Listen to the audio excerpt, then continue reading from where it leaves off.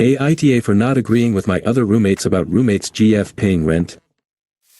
I, 27F, live in a large apartment with a few different roommates. There's Harry and Mia, 24M and 25F, myself, and Derek, 28M. Harry and Mia are dating and share a room, and Derek and I agreed to split rent 3 ways and let those two split it between themselves. I think this is relevant later. Derek got a new girlfriend last summer, Molly, 27F. Now that they've been together for a bit, they've started staying at each other's places. Molly stays over at our apartment maybe 2 to 3 times a week.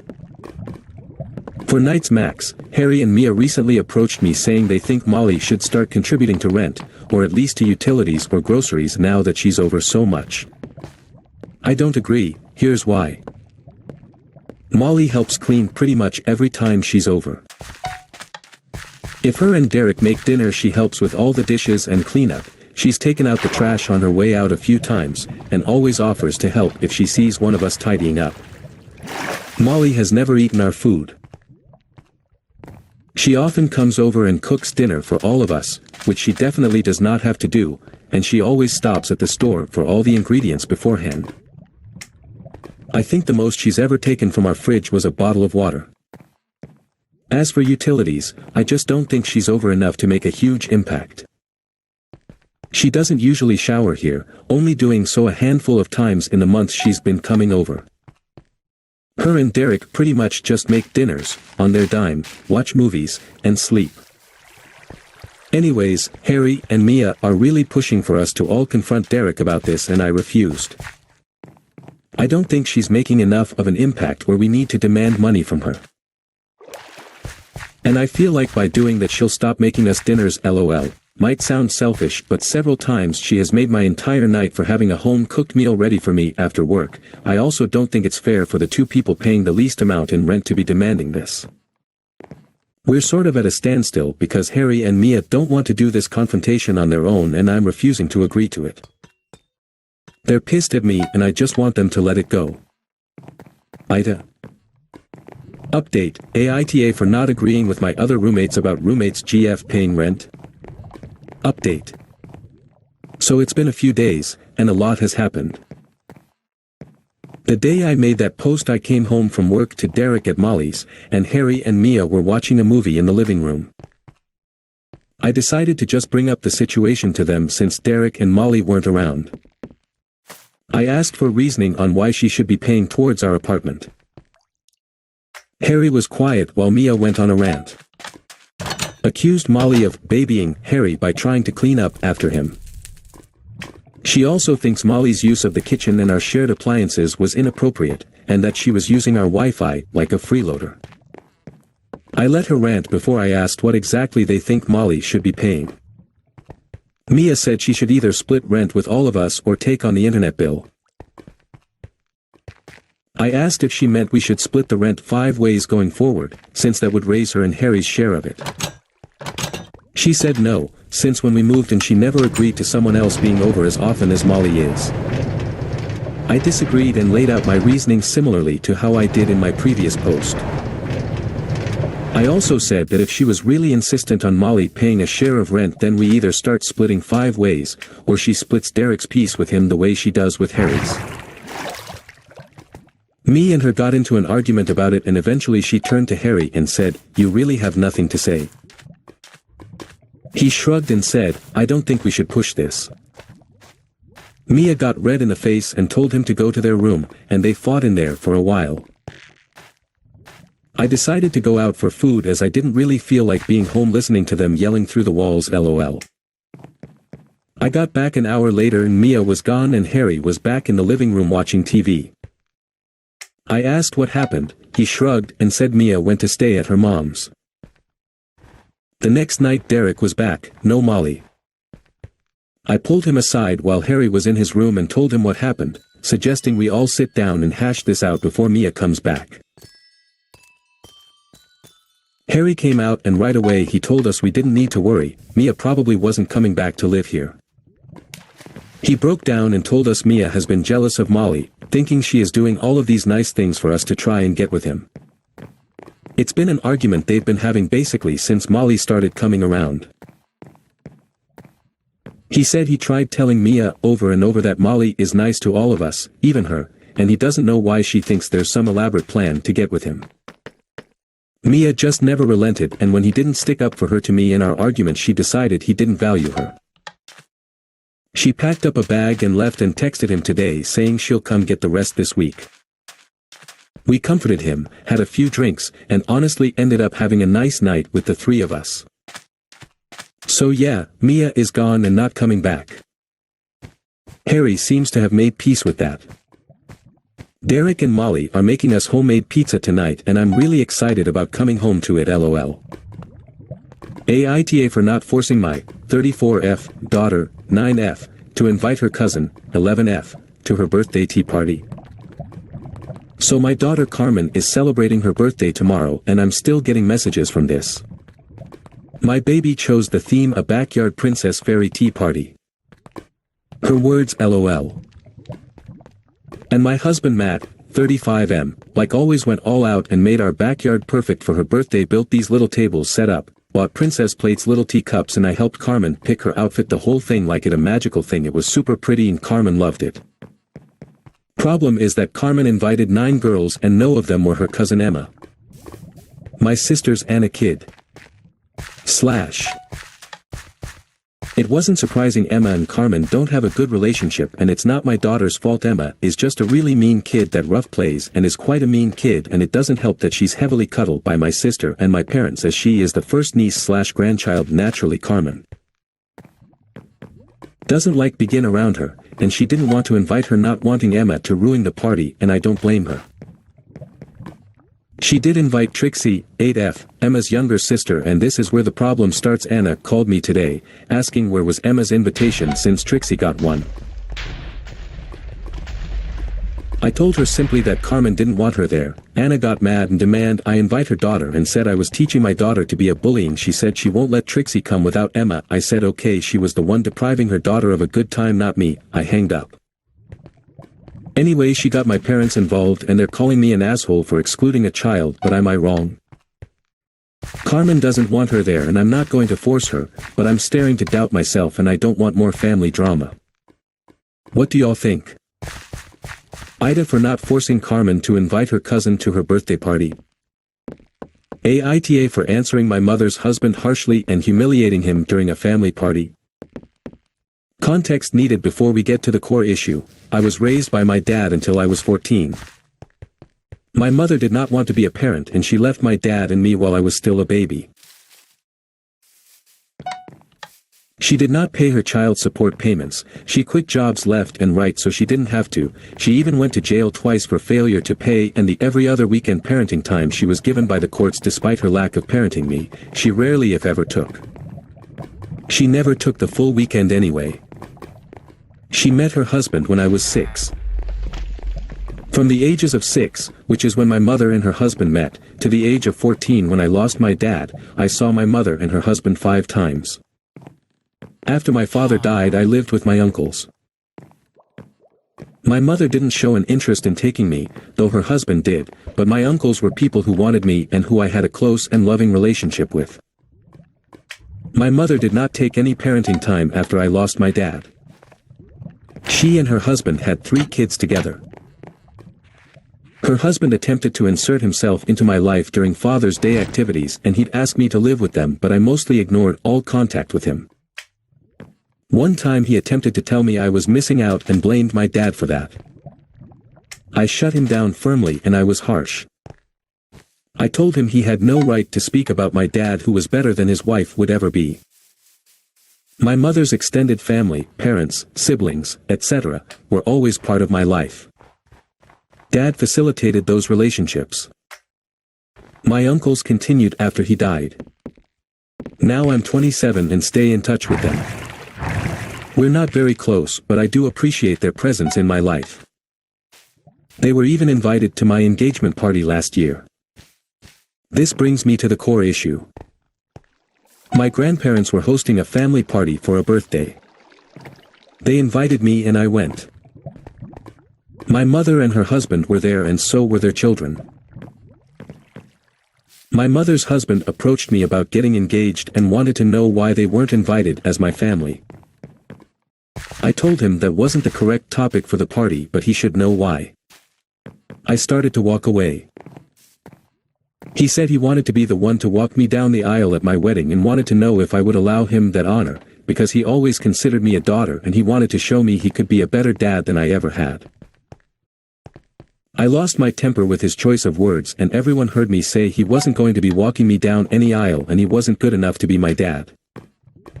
I called him pathetic for hating on the man who gave me a good life when his wife didn't give a shit. He became angry and told me I should be more respectful. I decided to leave, and a few hours after I got a text from one of my mother's siblings saying I shouldn't have humiliated him so publicly. AITA. AITA for telling my son that we don't really have any room for him right now, so he needs to live with his dad and stepmom. My ex-husband and I divorced when my son was 10. My ex had found someone new. We went for 50-50 custody, but he still had to pay some child support. I went back to school at that time. On the weeks his dad had him, I buckled down and did nothing but schoolwork. When he was with me, I made sure I had time for him before and after school. I did expect him to help around the house, but nothing excessive. Mostly just cleaning up after himself and helping with cooking and laundry. His dad's house was more fun. I tried to make my home welcoming. I bought a used PS4 and I got fiber optic internet. It wasn't enough for him. When he was 14, he and his father got the court to award my ex primary custody. I did fight it, but my son made it clear he would run away if I didn't give in. Counseling didn't help. I tried everything. It was devastating having my son decide I wasn't someone he wanted to spend time with. He started skipping visitation. When he did come, he would leave the house and not come home until it was time to sleep. During this time I started a relationship with my current husband. He helped me through this. He wasn't on my radar romantically, nobody was, so he got close by being an amazing friend. I asked him out and we got married 6 months later. We had known each other since I went back to university. 6 months after we got married, I got pregnant. By strange coincidence, so did the woman my ex was cheating with. Not the woman he left me for. A newer model. I had sold my house and my husband and I bought a condo together. Just a 2-bedroom apartment with a tiny den. We made the den into a nursery and consolidated our offices into the 2nd bedroom. My ex moved in with his new girlfriend and she isn't a fan of my son. His stepmother doesn't want him there if his father isn't there, so my son is also in the new house with his dad's pregnant girlfriend and her mom.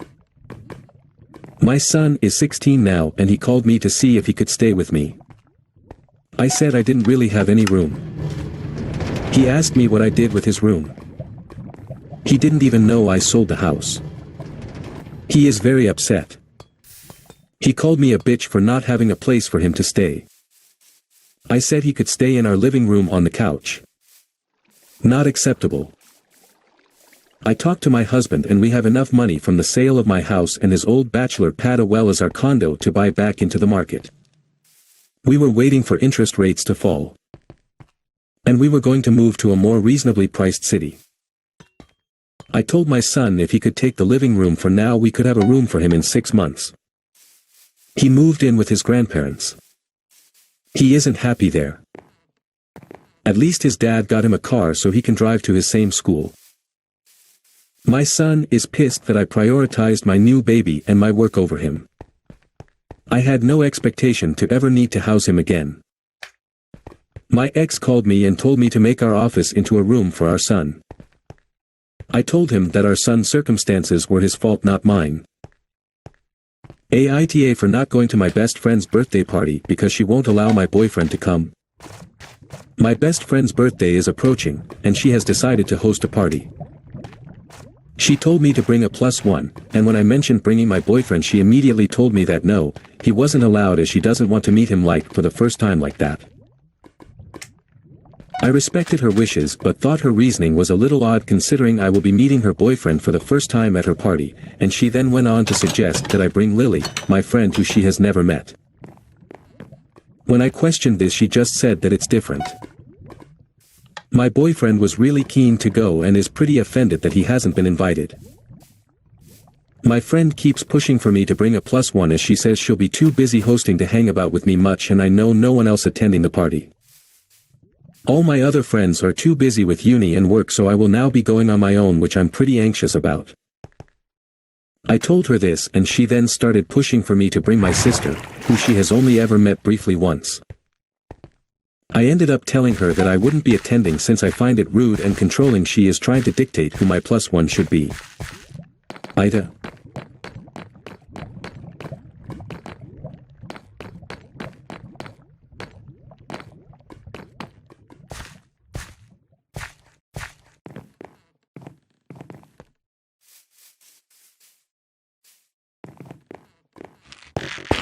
AITA 4, ruining my mom's engagement party after she abandoned me when I was 11. I, 17M, have a strained relationship with my mom, 35F, after an incident that happened about 6 years ago. My mom was super strict and a helicopter parent, so we fought a lot over my grades and the trouble I got into at school. She had essentially abandoned me, signing over custody to my dad after I had told her something along the lines of, "I hate you," and, "I wish I lived with dad," typical things an angsty preteen says to their parent. But that fight seemed to have broke her and she cried before dropping me off at my dad's apartment. I thought it wouldn't be a big deal and I would just see her the next day after she proved her point, but she left me there. After that, things got essentially worse for me. My grades dropped and I kept getting into trouble at school, almost to the point where I was kicked out. My dad never had job security, so money was tight.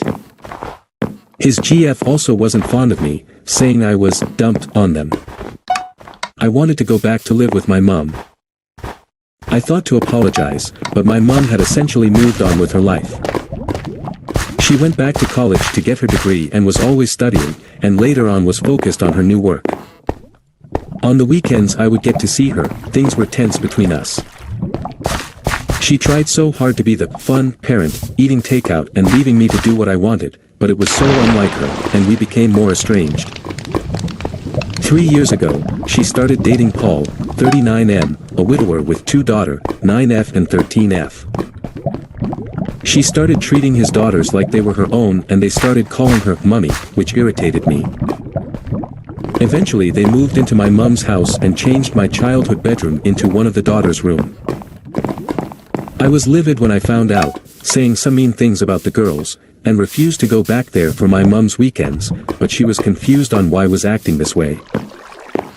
Because of this fight, she thought I wouldn't be attending the engagement party when she announced her and Paul would be getting married. Besides, she didn't want there to ruin the perfect picture of her new family. So I made it a point to go for the party, and called her out on her behavior.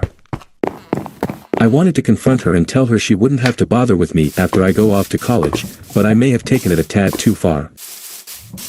Everyone kept talking about how Paul's daughters were like her children and how it would be when she had more kids, and it snapped something in me. I called her a horrible parent and told her she was trying to replace me with the little brats after she had abandoned me, along with some other insults I don't really remember. Paul kicked me and my dad out, saying I was an asshole for making his fiancée and girls cry, and ruining the engagement party. He said I won't be allowed to the wedding unless I called and apologized. I may have taken it a bit too far, but my dad agrees she had it coming after abandoned a young child at an age when I needed my mother. So AITA, and should I apologize?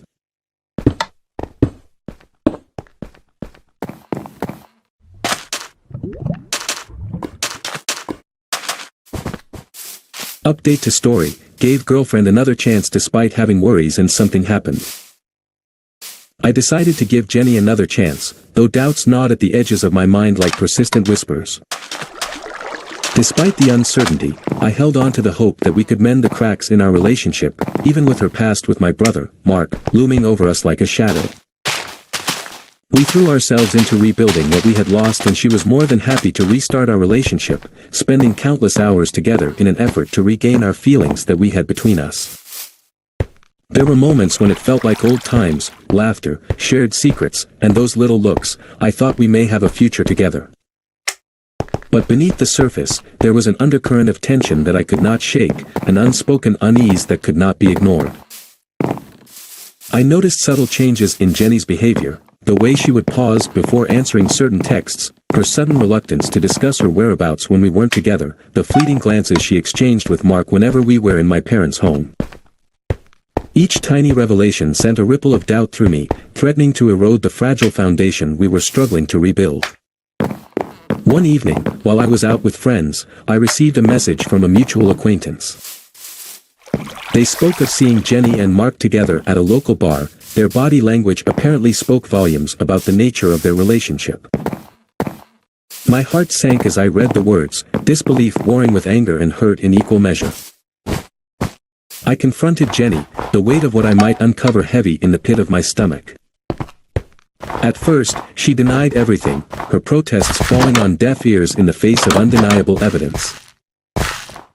But as the truth came tumbling out, I felt something inside me shatter irreparably, the trust one had placed in her, the hope for our future, all crumbling to dust before my eyes.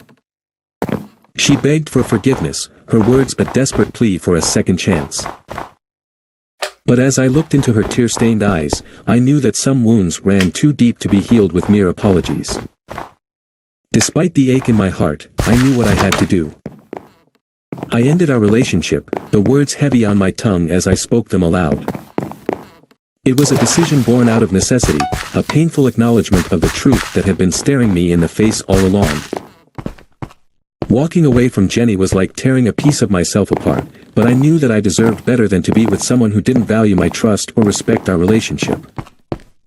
In the days that followed, the pain lingered like a persistent ache, a constant reminder of what could have been. But amidst the hurt, there was also a glimmer of hope, the promise of a future where I would find someone who cherished me, scars and all, someone who would never betray the trust one placed in them.